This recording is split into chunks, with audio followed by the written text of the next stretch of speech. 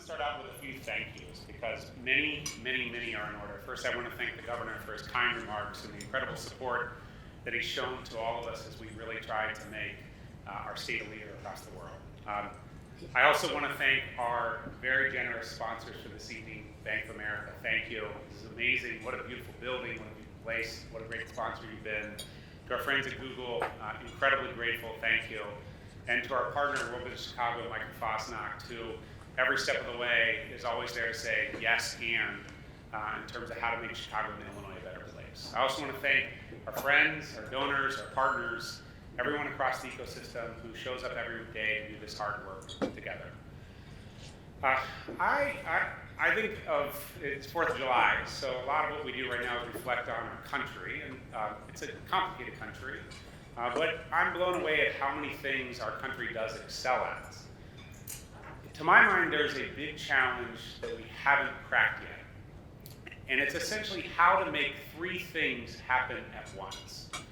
The first is, how do we actually create an economy that's sustainable from an environmental perspective? A grand challenge of our time. How do we build an economy that actually includes everyone? And how do we actually excel at taking the best science and technology and really driving the innovation we need to make our lives better? And my general sense is many places are good at one of those things, but no places in our country yet have figured out how to be great at all three things at the same time in the same place. I can't think of that place. And so when I think about the vision for what we can all do together, I think that's what Chicago becomes, the place that becomes good at all three of those things at the same time. How do we do that? I think that's sort of the essence of why we're here tonight. We do that by bringing everyone together at the same time into the work. If you're a scientist, you can add a lot, but you can't solve it all on your own. If you're a community organizer, you can do a lot, but you can't do it all on your own. If you're an educator, you can do a lot, but you can't do it all on your own. Investor, entrepreneur, talented worker, etc. We need each other.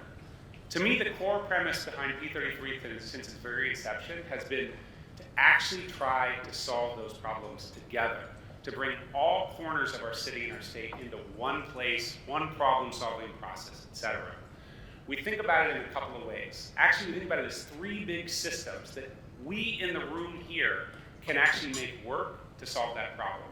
The first is there's a whole system to make talented people, retain them, get them excited to continue to build their careers, etc. Think of it as a talent system.